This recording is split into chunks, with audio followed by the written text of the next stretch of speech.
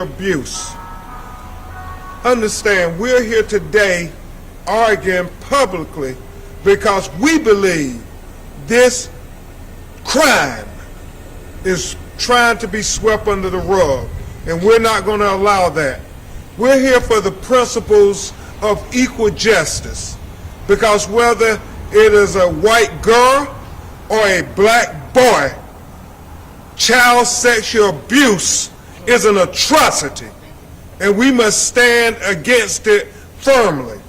It should not be a two-tiered system when our little black boys' innocence are stolen from them by 38-year-old white teachers that we say is a matter of misconduct. No, it's not a matter of misconduct.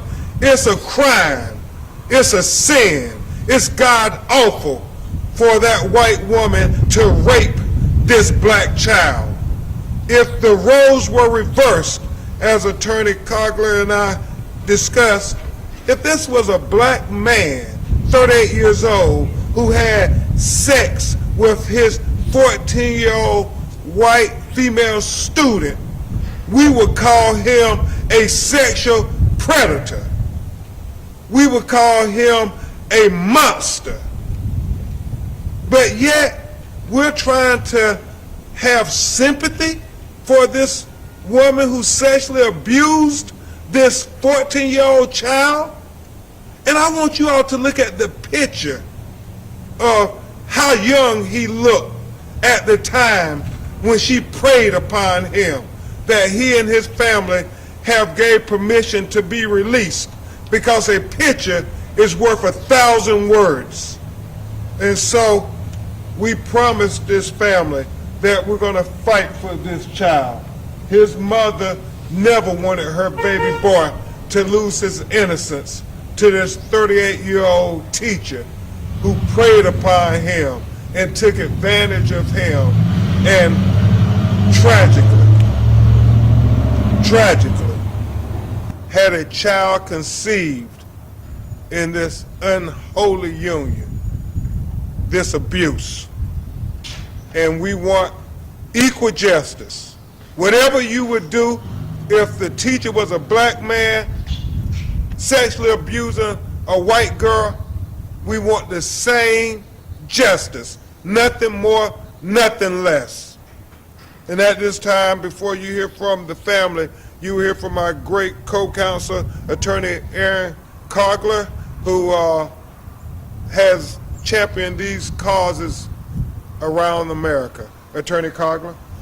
Thank you, Ben. Before I expound further on why we're here today, I want to share about this brave young man we are privileged to call our client. He was born in and been a lifelong resident of Tangipahoa County. He has attended grade levels within the district. He is smart, he is ambitious, and a caring young man, and has shown incredible strength and fortitude now in coming forward to disclose the unthinkable, which is that he was sexually abused by his teacher over his high school years as a child, from which he now has his own child. I want to talk about the nationwide adage that we hear, particularly in light of breaking news stories today, that if you see something, say something, but then do something. This has been a horrific deal for our client, because the teachers and the administrators within the school district saw something. Those might have said something, but the school district failed terribly in that they didn't do anything. To be clear, our client was sexually groomed in his 8th grade year by physical education teacher Francis, and throughout his high school year sexually abused by her. Someone who was entrusted with his care, someone who was entrusted to protect him, someone who was entrusted to look out for him. What resulted was the unspeakable, her pregnancy and having a child by him.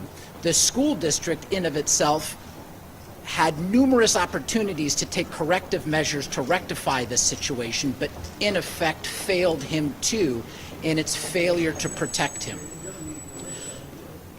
This has been incredibly painful and a lot of anguish for our client, but he is empowered today, and his lawyers, Mr. Crump, Mr. Picayune, and myself will do everything possible in furtherance of justice and his empowerment in that his voice be heard. He is no longer sitting in silence. He is coming forward. He is telling his story, and as a sexual abuse survivor, he is now powered to speak his truth.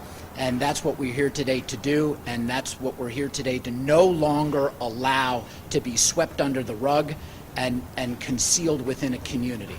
Today is the end. Exactly.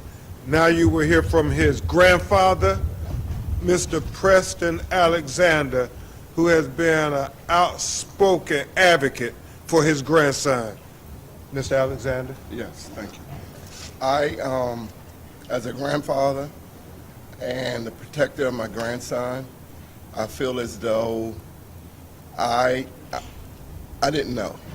And I trusted the lady, I trusted the school, and my grandson has been heavily affected by this. And it's, just to the point where the family was, I had to bring him to live with me because his mother and his his mother and his grandmother couldn't really, couldn't do anything with him, didn't understand that what was going on. So I brought him in with me, not knowing, and eventually finding out that this was all going on with him, which we understood what the problem was, is that we had somebody behind the scene picking him up at my house late at night, just unthinkable stuff she was doing. And we're trying to recover from this. We just want justice. That's all we want. And finally, before your questions, you will hear from his mother, Miss Esoterica Hill, who is understandably outraged by this and heartbroken that her child's innocence was stolen by this woman who, let's face it, we send our children to schools every day. Teachers are supposed to be people we can trust, but yet that trust was betrayed, and they have to live with it for the rest of their lives. And with this child in the world, they will have a constant reminder of the crime committed. Ms. Hill? Take your time. You gotta speak loud. I'm just gonna say his name. Ricky is by far one of those people who people gravitate to and they love him. And he has a light and it shines very brightly.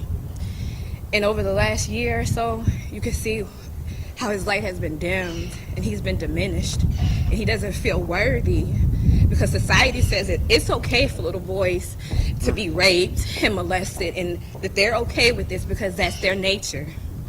But it's not a child's nature to be molested and to be raped by people that are supposed to take care of them and who are a part of their community and their village, but who are supposed to be a safety net for them. And when you have a child who has so much promise, who feels like they have nothing now, what do? And now we have a baby that we haven't seen, and she still has that child. And it's like, who is the victim here? Like, what is the priority here? Whose safety do we really care about? I don't know. No, you. It's very emotional, the fact that they will have us believe that she's the victim. That's what they're trying to do, to make her the victim, even though she preyed on a 14-year-old child. She sexually abused a 14-year-old child. A baby was conceived by a 14-year-old child, but we now say, oh, no, let's have sympathy for her because this was just misconduct. No, it wasn't. This was sexual abuse. This was a crime. And as Attorney Cogler and I have championed all around America, there must be accountability. There must be accountability. Why is it right for her little black boy to have his innocence stolen from him at 14 years old, and we say it's not as bad as a 14-year-old little white girl having her innocence stolen? We can't have a two-tier system. We end this press conference like we began it, whether it's a white girl or a black boy. Child sexual abuse is an atrocity and a shame before God. We will take your questions if you have any.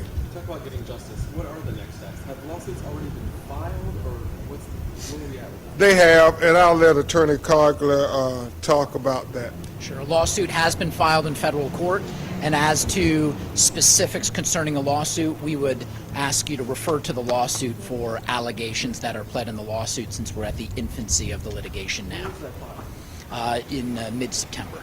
So this has been, are there any updates to that lawsuit in federal court? There will be very shortly.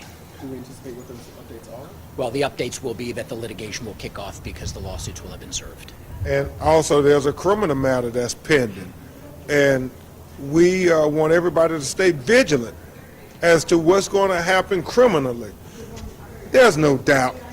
There's no doubt. If this was a black 38-year-old adult who had sex with a 14-year-old white girl,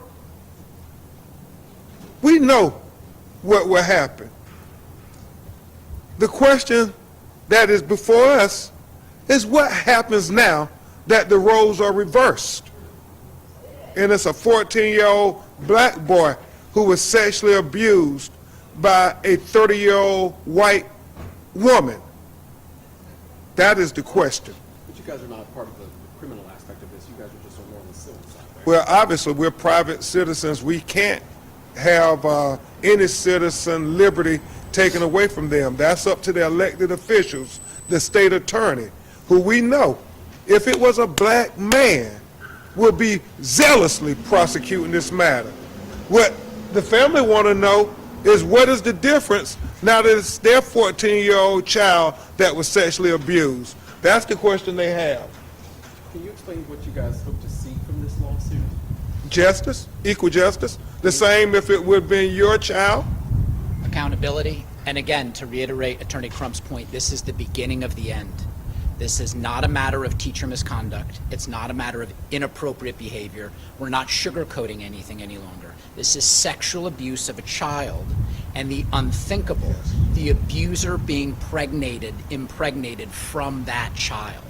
That's what this is, and our lawsuit is directed at the school district because things were seen, things were said, but nothing was done. And it was on the school district to take corrective measures. It was on the school district to rectify what had happened, and there was a colossal dropping of that ball. And so this needs to be characterized correctly. There was a sexual abuser who was a teacher, and in the course and scope of that sexual abuse was impregnated by her victim. Those are the facts. The teacher for whom is being criminally prosecuted. Our lawsuit is directed at both the school district and that teacher, but against the school district for specifically accountability and failure to take action, and its oversight and its deliberate indifference. And had the school district acted, then maybe, just maybe, she would not have been impregnated. Because as you heard his mother, now there's a child, and I mean, there are victims everywhere, but make no mistake about it, she is not a victim. And just to be clear, the abuse started when he was in 8th grade, is that correct? Sexual grooming started in 8th grade, and over the course of his high school years, beginning in and around his freshman year of high school is when the sexual abuse started, and it continued up and through approximately his junior year in high school. And she was a teacher where? Or in what grade? She was a physical education teacher and coach at the high school within the Tangipahoa Parish School District. And the family has allowed for a photograph to be released that it will come to you all so you can see how innocent this child looked at the time of the sexual abuse. Hopefully, we look at possible custody battle. Yeah, that, you know, there are so many questions to this tragedy because there is a child with their blood running through his veins that you have to decide who is going to be allowed to raise that child now. I mean, it is a tragedy.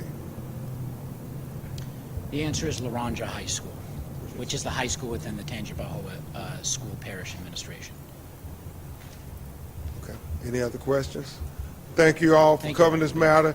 That's an excellent question about custody, and we will see the criminal matter, we will see the civil matter, and then we will have to address the custody matters. There's many issues in this very tragic case of sexual abuse.